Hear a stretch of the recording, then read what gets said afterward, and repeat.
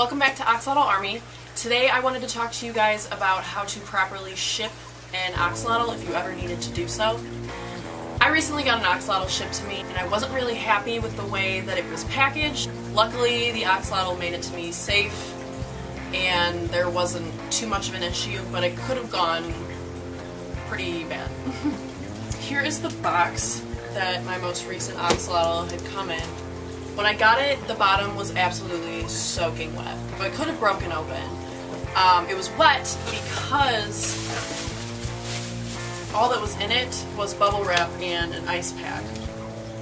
And it's really, really important that you don't just use a regular box like this. They do make crush-proof and insulated boxes, specifically for shipping live animals. The girl had paid for overnight shipping. It ended up taking an extra day to get to us, so the ice pack had completely melted, soaked the whole bottom of the box. As you can see, the box really isn't in the best of shape. It did look like it got crushed a little bit. You can tell on this side. She did write live animal literally all over this box, and I kid you not, when my mailman came to the door, he flat out hands us the box. He goes, "There's not really a live animal in there, right?" Like, no, it's just written on here 1,000 times just for fun. So anyways, you're going to want to start with the crush-proof and insulated box, no matter what. You don't want to skimp out on that. It's for the safety of the animal because stuff just gets tossed around in the mail. And you want to make sure that it is clearly labeled on all sides, H2O, live animal. What I recommend doing is double bagging your axolotl. You don't want to use any Ziploc bags, none of that. You just want to be able to tie it at the top with either a rubber band or just do a little knot at the top. So what you're going to do is double bag your axolotl and make sure you get a significant amount of water in there. And then the top half, you really want a lot of air in there. You want it to be like a bubble, basically.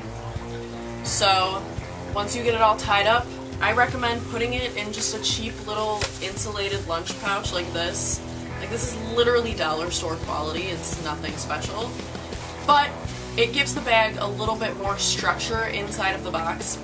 Because what you're going to do is fill the box with tons and tons and tons of bubble wrap and an ice pack or two, depending on the size of the ice pack.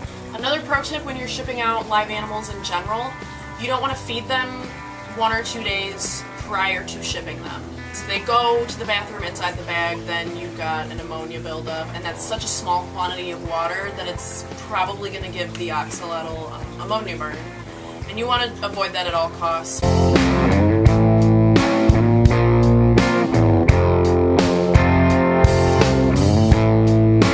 Actually, it seems like every time I get an axolotl shipped to me, they get lost in the mail for whatever reason. I actually had a woman from my state ship an axolotl to me and ended up going out of state one day for absolutely no reason and then went back up to my state. It was the dumbest thing.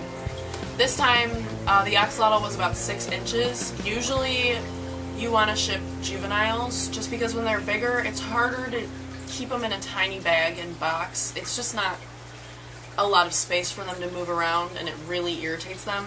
Like when I got this one out of the box, I mean, I put it in a tub trying to feed it at first and it would not take the food. You could visibly see that its skin was red and irritated from the ammonia buildup, and it wanted absolutely nothing to do with food. It literally just wanted to swim around. You could tell I had it in this like decent sized tub, but it was just hitting each wall trying to get out. So I ended up putting it in a giant storage tub just to let it be free.